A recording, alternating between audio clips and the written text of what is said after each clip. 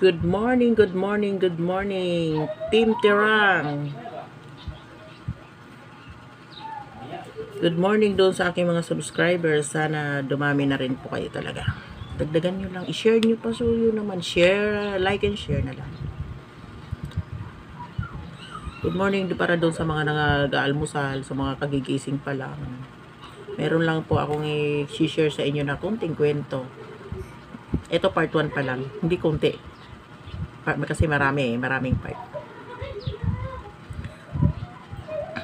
Tungkol naman to sa pinsan ko. Nakikinuntak niya ako dito sa Maynila. Alam mo yung pinsan ko na syempre sa probinsya, alam mo yung mahirap lang ang buhay namin sa probinsya. Umpisahan ko doon sa probinsya, ang hirap ng buhay namin. Doon sa probinsya, sa Haro Leyte. Ang hirap na ang buhay namin doon, isang kahig, isang tuka. Siyempre sa hirap ng buhay namin, yung tatay ko, ano lang naman, kami mga bata pa kami. Pero may mga kamag-anak kami, may lula nga kami na lagi namin nilalapitan doon, lagi namin kinakainan. Pupunta kami, mag-aalmusal lang kami doon sa lula namin. Mag-aalmusal kami doon. Meron pa kami pinsan na isa, pinagdadamutan pa kami, di ba? Pero okay lang. Natatandaan ko yun. Hindi ko yun na ano. Lagi kami doon dadali ng nanay namin. Doon kami mag-aalmusal. Yung time na yun na maliit pa kami, yung lola namin dumadating talaga na, as in, talagang pinagdadamutan kami. Walang-wala kami, minsan maghahaponan kami, gulay lang na lain. Yung dagmay, lain. Gaalmusal kami, minsan langka. Gaalmusal, ay hapunan namin yun. Ang dami naming doon, mga naranasan na hirap doon. Misa pupunta kami ng bundok. Mamumulot kami ng mga niyog na laglag. Pamilya kami noon. Kuya ko, yung bunso kong kapatid, ako, tatay, nanay ko. Pero yung mga dalawa kong kapatid kasi na babae siguro, nandito pa noon sa Maynila. Punta sila dito sa Maynila. Pag wala kami makain, minsan pumupunta kami ng bukid, mamumulot lang ang yung mga nalaglag na nyog. Tapos yung mga panggatong na ng nyog, yung dahon ng nyog, gagawin na panggatong, dadalhin namin sa bayan.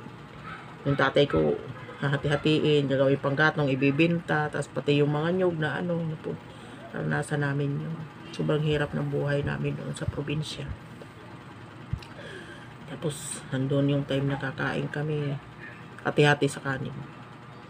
Di ba? Naranasan nyo rin ba yun, guys? Sino po ba yung relate dyan? Yung mga ganyang karanasan na kakain kayo ng gulay lang. Kami naranas. Grabe ang hirap namin. Hindi ko naman inaano yung magulang namin, syempre. Doon yung minsan wala kaming pang-almusal, pagising namin, pupunta kami sa lula namin, doon kami mag-aalmusal, di ba? Pero yung lula namin kasi, magpumunta kami doon, bukang bibig naman niya, tatay ko. Kasi nag-asawa yung nanay mo ng ganyan, ganun, di ba? Nakakatawa. Pero kalimutan na natin yun, guys. Ang inaano ko lang doon, yung hirap na, i-reveal ko lang yung hirap ng buhay namin, syempre.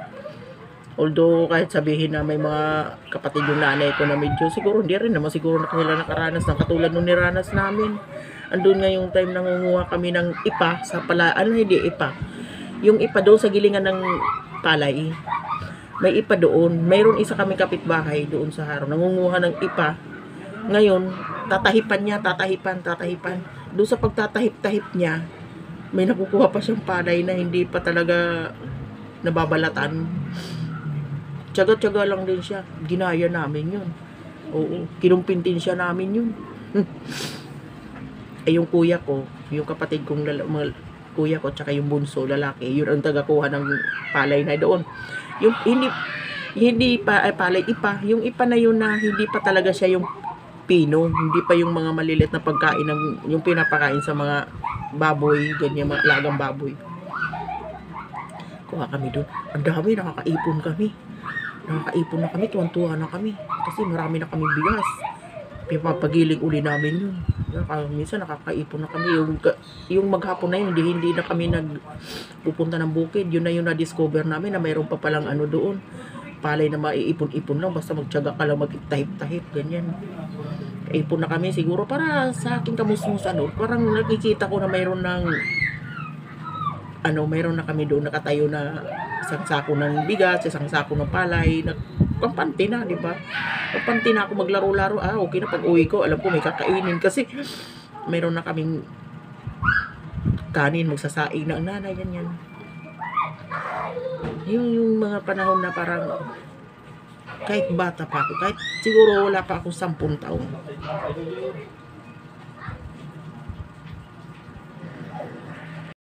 Yung time na yun na kahit wala pa akong 10 taon, parang nag-aano na ako, nagmamasid-masid na ako. Nag-o-observe na ako kung anong buhay namin sa probinsya. Yung nanay ko may may polio. Basta sige, laro lang kami ng laro kasi alam namin kampante na kami, may kakainin na kami. Basta tulong-tulong lang kami sa pero pagdating ng di ba, babayo kami para maging bigas.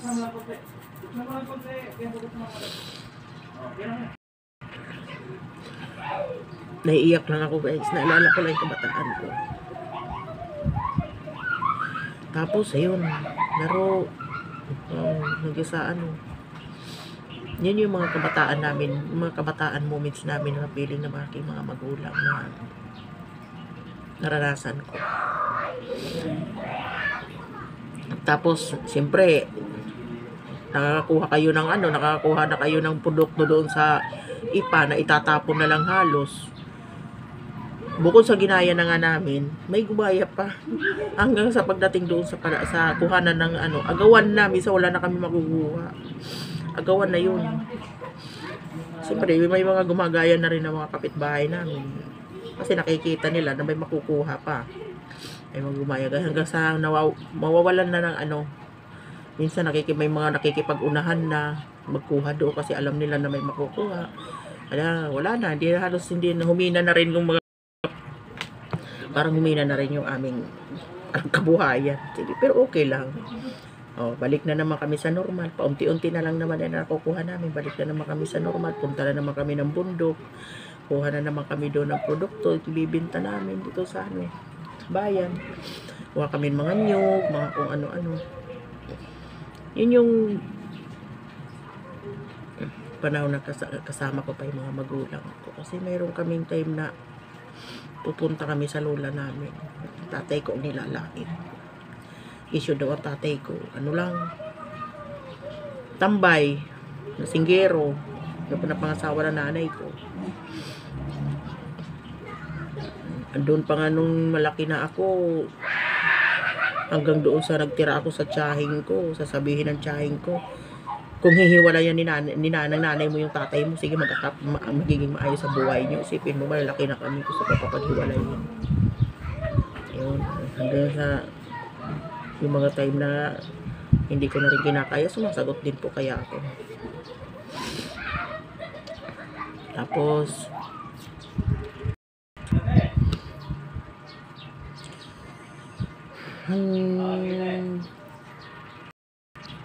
so ayun guys, dito lang muna magtatapos ang aking kwento. Bukas naman po ang part 1. Part 2 pala. I-reveal ko lang yung buhay ko kasi wala naman ako may content. O di yung buhay ko na lang, di ba? Pwede naman siguro. Nasa inyo na yung kung interesado kayo o hindi. Pero magiging interesting kayo. Dahil marami kayong malalaman, tutuklasan tungkol sa akin. Thank you. Keep on watching my YouTube channel.